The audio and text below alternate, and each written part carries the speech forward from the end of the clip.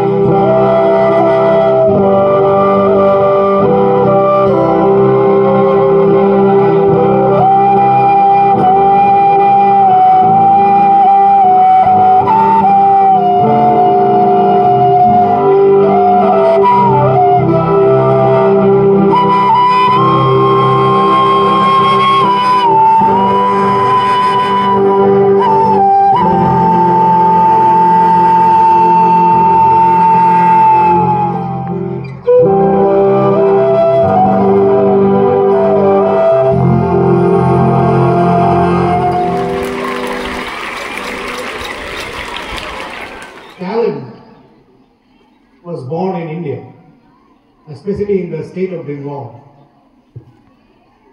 who has given a different level of Sahitya to the world. Not only that, he was born and he has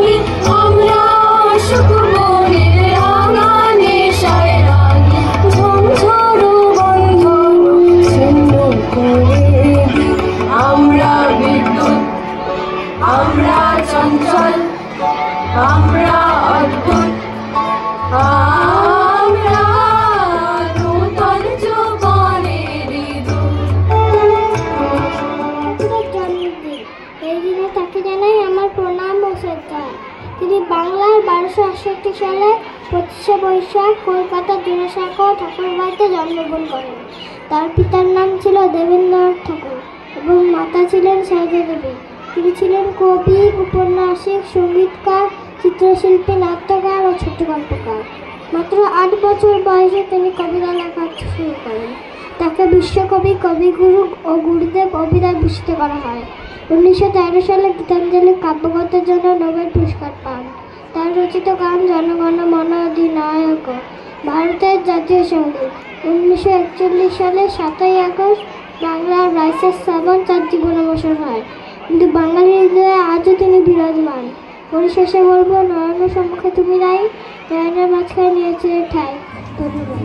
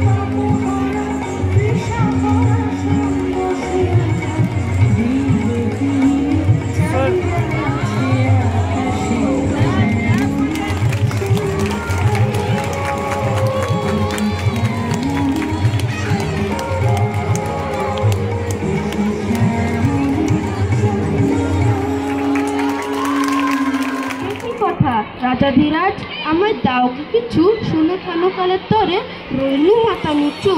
এ কেবল কৌতুকের বসে আমায় প্রবঞ্চনা, ঝুলি হতে দিলেন তুলে একটি ছোট্ট কোনা। যবে পাত্রখানি ঘরে এনে উজাড় করি, এ কি ভিক্ষা মাঝে একটি ছোট্ট কোনা দেখি। দিলেন যা রাজভিকারি রে, স্বর্ণ হয়ে এলো ফিরে। তখন কাঁদি চোখের জলে দুটি নয়ন ভরে, তোমায় কেন দিইনি আমার সকল শূন্য করে।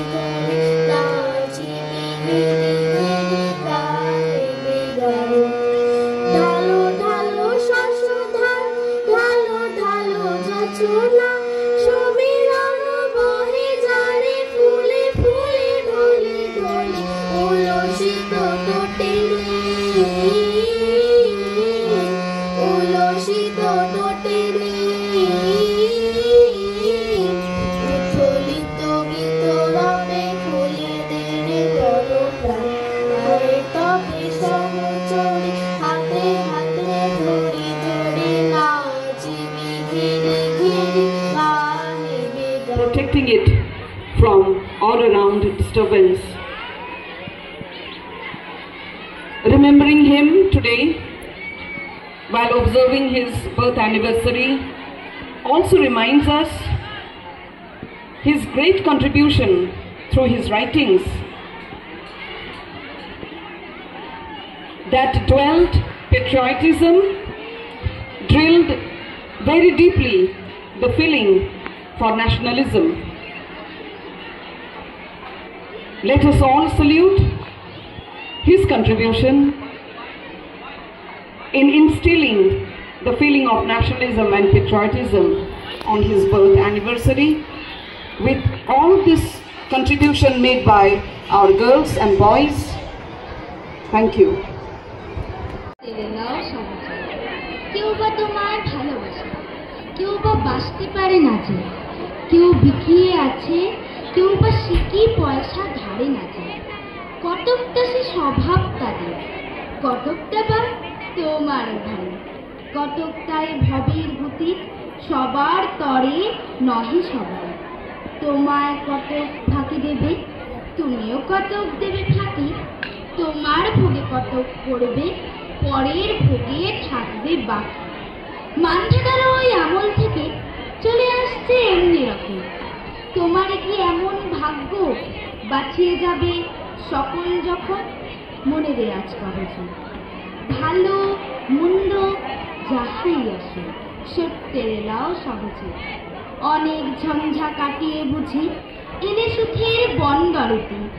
জলের তলে পাহাড় ছিল, লাগলো বুকে মুহুর থেকে পাঁজরগুলো উঠল কেঁপে আর তোড়াবে। তাই নিয়ে কি সবার সঙ্গে ঝগড়া করে মরতে হবে? ভেসে থাকতে পারো যদি, সেই যে সবার চেষ্টা। না পারো তো বিনা বাক্যে চুপ করিয়া ডুবে যায়। এটা কিছু অপূর্ব নয়, ঘটনা সামান্য খুবই। শঙ্কা যেথায় করে না কেউ, সেইখানে হয় জাহাজ ডুবে। মনে তাই কবছে, ভালো মন্দ যাহাই আছে সত্যের গাও সহজে। তোমার মাপে হয়নি সবাই, তুমিও হয়নি সবার মাপে। তুমি পরে কারো খেলায়, কেউ বা মরে তোমার চাপে। তবু ভেবে দেখতে গেলে এমনি কিসের তাড়াতাড়ি, তেমন করে হাত বাড়ালে সুখ পাওয়া যায় অনেকখানি। আকাশ খুবই সুনীল থাকে, মধুর থেকে ভোরের আলো। মরণে হঠাৎ দেখি মরার যে বাঁচাই ভালো। যাহার লাগে চক্ষু বুঝে বহিয়ে দিলাম অশ্রু সাগর। তাহারে বাদ দিয়েও দেখি বিশ্বভুবন মস্ত দাগর। মনের তাই কথা, ভালো মন্দ যাহাই